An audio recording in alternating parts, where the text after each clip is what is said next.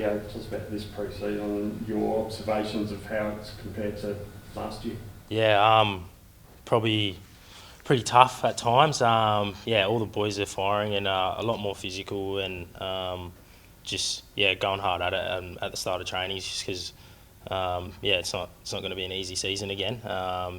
All teams are obviously improving and we just want fast physical starts. So we've been starting trainings with a lot of handball games and things like that to just get the heart rate going and get the physicality going in that. But the last few months have been pretty tough. It doesn't help with the heat as well. But the boys have been putting in all the work. So looking forward to the next few weeks before games.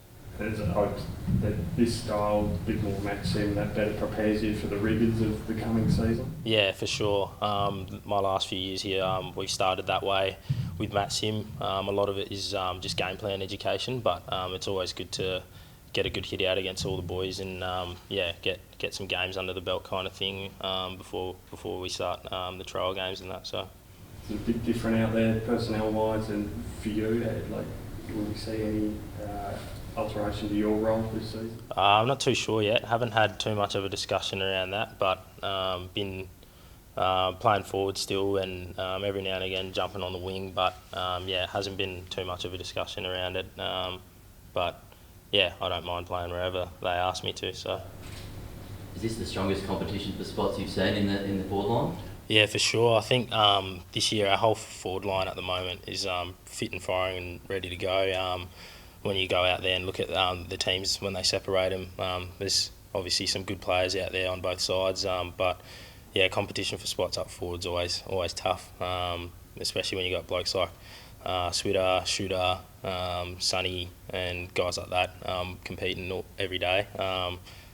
We'll wait and see until a few weeks' time. Then even Nat Fife, who played pretty well up forward last match sim. Yeah, it's good having him up forward with us. I guess he's so versatile and can play anywhere.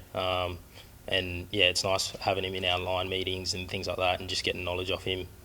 He's been training well and it's been good to see him out there too. After the last couple of years, been pretty injured, so it's always good to have his presence out there. Have you enjoyed getting a little bit of a taste of the wing? Do you think that's something that you could develop more and more as your career goes on? Yeah, for sure. I don't mind it at all. I guess these days there's so many players that can play multiple positions out there, and I guess that's one thing I'd like to do, whether it's now or later on down the track, play up the ground or forward or wherever the coaches need. So I haven't minded it too much at all. So a real breakout year for yourself last year. What do you want to improve on that? Just consistency, I guess. Definitely had like a lot of up and down patches between some games, but I guess just consistency with games and performances. But I guess it's a good building block off of last year after not playing more than half a season my first 2 years. So I guess building from that and just hopefully staying a bit more consistent out on the track.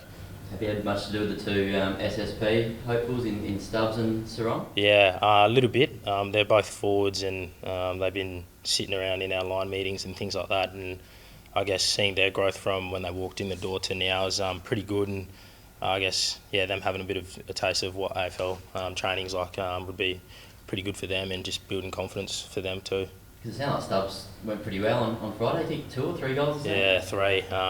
I think he can play. I've seen some of his waffle highlights and he's not bad at all. So I guess those two fighting for a spot hopefully come soon. But it's good to see them two getting a good hit out. And how close were you to convincing your brother to come to WA? He had a bit of a stint over here, didn't he? Met a few clubs and that sort of thing. Yeah, he came over here a couple of times. I tried, but it clearly wasn't enough. But I guess he's happy staying in Adelaide and playing sample footy there, and hopefully try to get back on a list at some point as well. So, yeah.